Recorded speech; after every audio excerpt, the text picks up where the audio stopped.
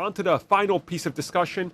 DC officially now has a Papa Kevin of their own, and we got Papa Gunn. Gonna finally deliver to us the greatest DC content that DC fans have been deserving of since you'd hope so, forever. Right? Yeah, because there's no guarantee of that. Yeah, because people are saying that he's gonna reinstate Snyder and it's gonna Nope. revolutionize everything. Yeah, there's this whole thing online about if they're friends or not. I'm like, who gives a crap? Yeah. Like, it has no bearing on your lives or the quality of the movies if those two people are friends. You don't know them. You don't own either of them. Move the hell on. I just want something good. Yeah. I don't even care who's friends. I just want something good. I mean, the thing here is, again, if you look at the press release, which they had ready and everything, they fed it to all the big news sites. That's everybody at the same time. James Gunn, Peter Safran, co-CEOs of DC Studios. Awesome. On top of this, they're going to oversee the development of this shared universe and everything. To me, it's exactly what I think we've always wanted, right? Like, why would anybody be mad or against this? They're going to finally do it. It's the bare minimum, excuse me. It's the bare minimum of what they should have done years ago. But my concern is it's only for like 4 years, isn't it?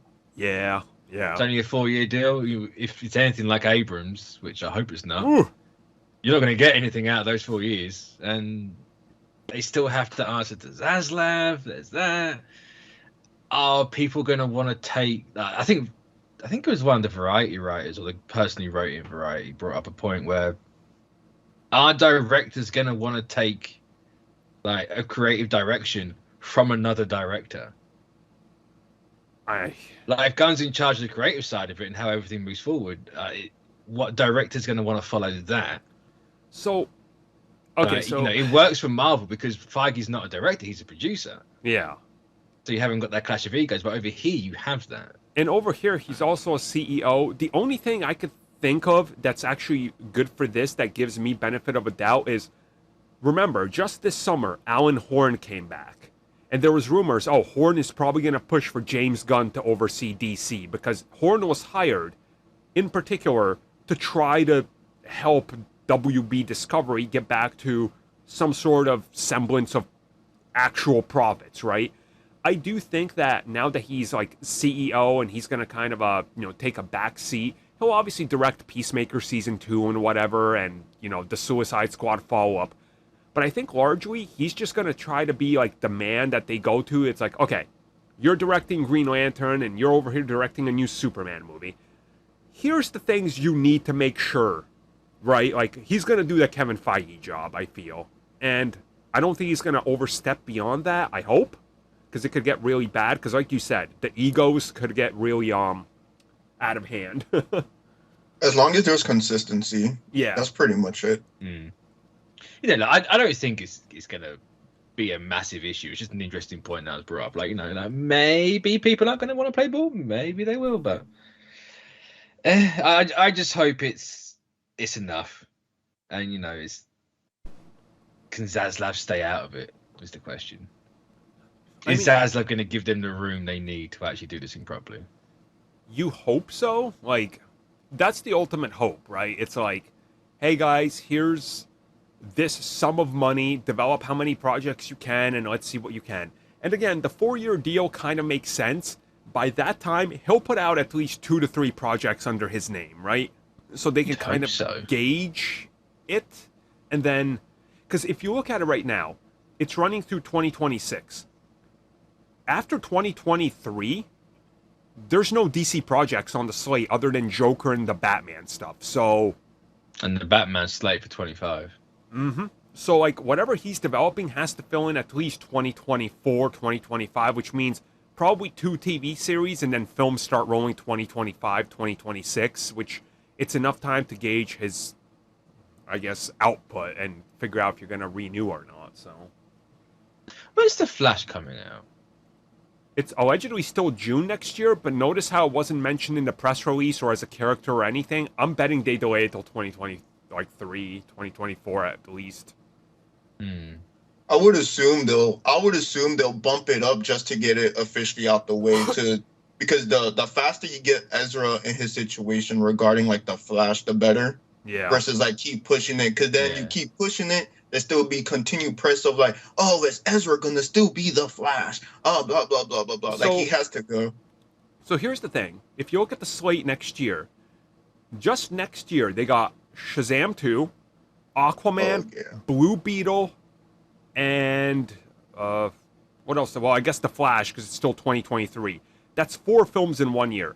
They have to delay some stuff, right? Like, what do you? It's too rapid.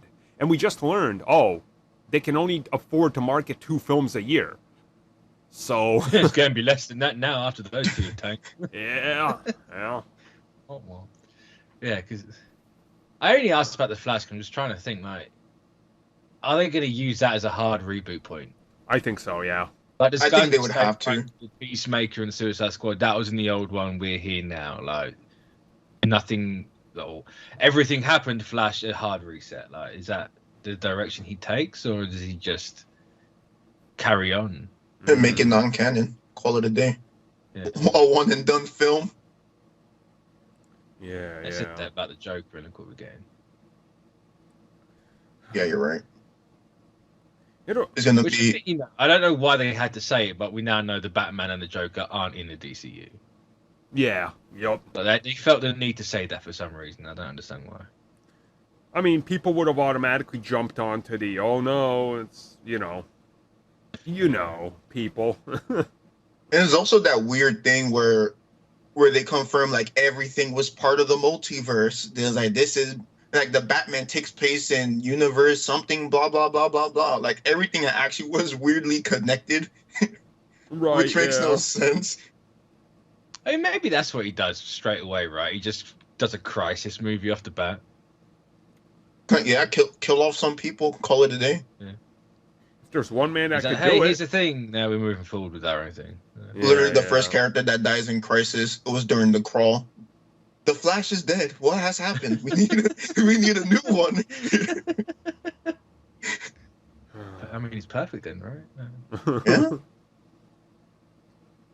Yeah. So And that could be Cavill's like last movie. No. Cavill's last movie? Nah, man. Cavill has like 10 more on his belt. Can't wait. Does he though? allegedly just cameos for now, but hey, we'll talk about that in the members topic, everybody, about Cavill's future and the joy behind it. So, And the joy behind Black Adam too. Yeah. Let's go. Yay! Yay! Yay! So I can't wait to see The Rock float 6 inches off the ground for another 2 hours. Yay! With the same facial expression. Wow. Yeah, it's a discount Batman. I was at Superman. Well, it could be that Superman and Batman at the same time with how The Rock says Black Adam is.